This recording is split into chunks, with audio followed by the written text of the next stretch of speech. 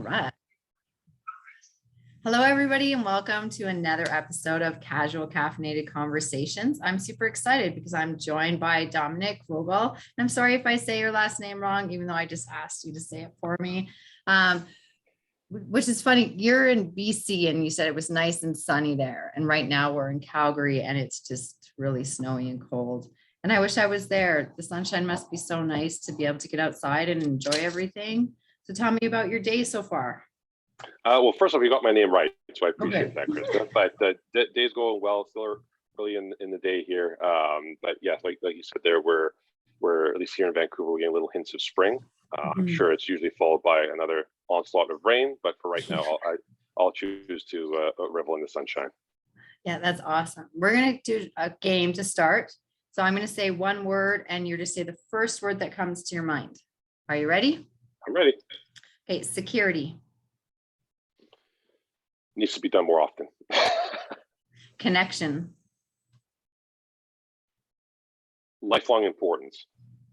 Happiness. Not enough people pursue it. Friendship. Same answer. Not enough people pursue that. Yeah, that's true, right? Mental illness. Not enough people speak openly about it. Okay, and community. It binds us together, for better or for worse. Yes.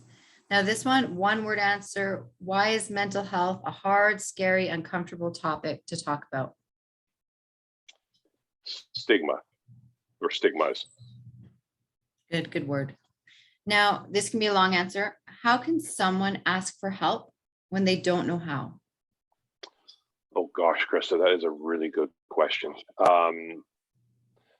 I think really where it starts is just talking to someone that you know and trust, and someone that you know will at least listen to you, not hear you and then give you an unsolicited advice, but someone who will genuinely listen to you. I recognize not everyone has that in their life, but most people do have that one person that they can, at least that one person that they can confide and speak openly to. That's where you start. Whether or not that person can help you directly or not is largely irrelevant.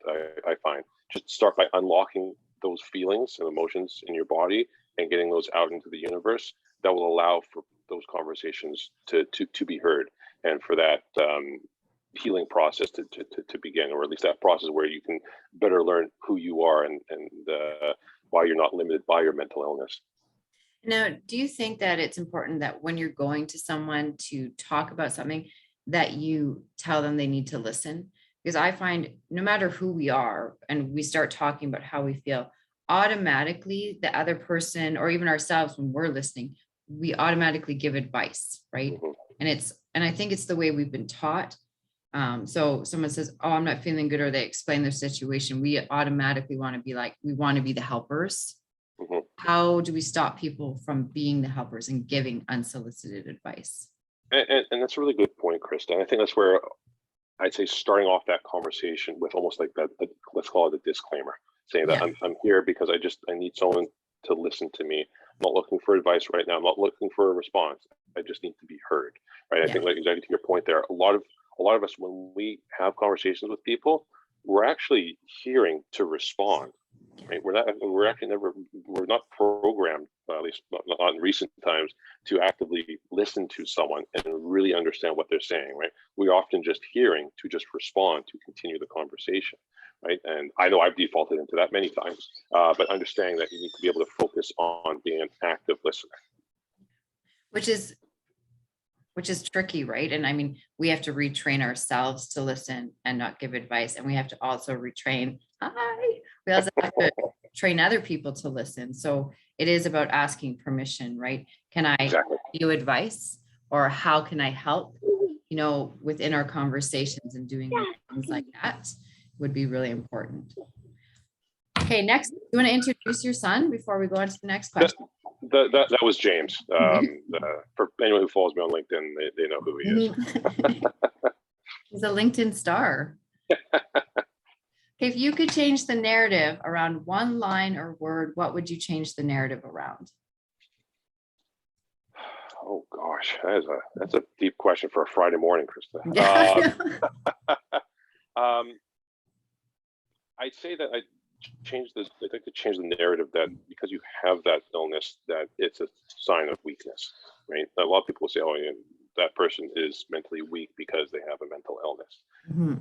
Having that is not a weakness, right? It is something that you, through no fault of your own, came into your being. So if I could change that narrative, I'd like to see that change, because I do believe that we're able to change that perception, that narrative, Mhm. that we'd have more people come forth and speak openly about it. I'd say that's one of the biggest stigmas around it, is that it's a sign of, it's almost like a sign of shame, a sign of weakness, Yeah. all of which could not be less true. Like, I mean, it's these are the people who come forward and speak openly about that have tremendous inner strength. Absolutely. Oh, yeah. We should be applauding their courage, right? They shouldn't. The fact that people feel that is a sign of weakness. In my, that's a damning indictment in our society still, that we can't. That our most vulnerable people can't speak openly. That does not speak well of modern society. So I think if I could change any narrative, it would be around that. Yeah, and I think that's a really important thing, right? Like we aren't our mental illnesses, and we have to stop looking at it that way. We have to stop treating people that way. And it does start with the conversation, right? We have to change all of the narrative around everything to do with mental illness.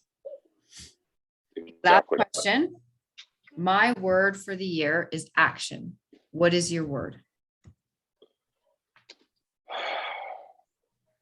Compassion. And the reason being is that I still don't feel that we extend enough compassion to one another, right? I think about like people running late for meetings, like in the case of you and I today. Right? Well, we were compassionate to one another. I still see that. I had someone chastise me the other day saying that I had a lack of respect for not showing up on time, right? Like we are all running so many different races in our lives. Some of us are active working parents. Some of us are maybe taking care of elderly parents. We all have different things on the go. And when we default to assuming that someone is late, and that the reason that that person was late is because they're a jerk or rude or they don't care about other people, we're making assumptions. And when we're making those types of assumptions, we're not extending compassion. And in a year in which war is breaking out and COVID is still continuing, if humanity is to have any chance, we need to double down on compassion. We need to be more compassionate to one another. And do you think compassion can be taught?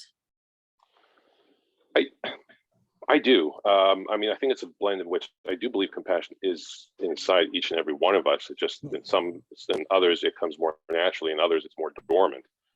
So I think it's something that can be nurtured.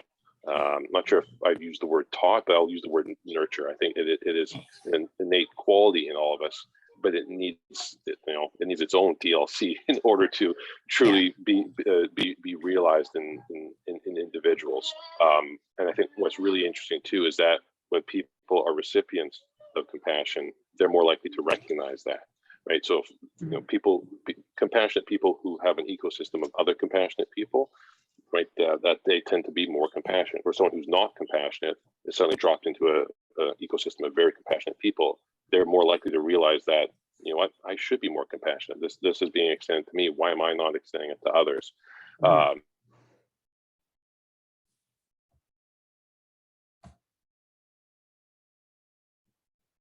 Oh, I think I've lost you. You're frozen.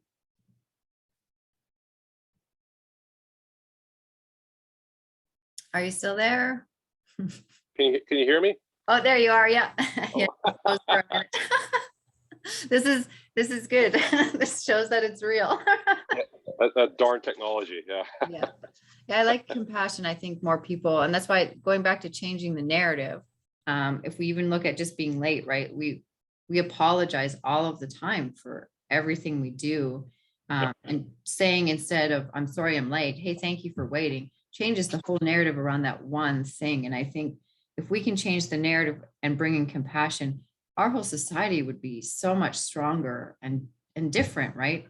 We could get rid of a lot of the judgments that are happening and over such small things, right?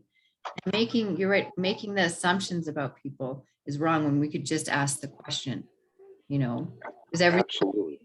you're late and I just wanted to check in, instead of being like, "Brr." No, there's lots of things going on in people's lives. And we have to learn. That's so true. And the one thing I'd add to that, Krista, is if someone is late and they apologize, make sure you say there's no need to apologize. You have nothing to apologize for, right? Like that again, that in itself is an act of compassion. You're telling that person that you've done nothing wrong. You have nothing to apologize for. That is so important, right? Don't just sit there silently and accept the apology, right? Be an active voice of compassion, right? And demonstrate that person has nothing to apologize for. Yeah, this is great. Great conversation. Lots of amazing. Everybody I talk to has different words, right? Different narratives to change. Nobody's had the same narrative that they wanted to change. Everybody has different words on why it's uncomfortable to talk about mental health. And everybody's word for the year is different. Nobody's had the same word yet. And I can't wait to put all of this stuff together and get everybody back online to have a bigger conversation. So thank you so much for joining me, and have a great day with your son. You too. He really has to go pee. So have a great day. Thank you. Have a good weekend. See you. You too.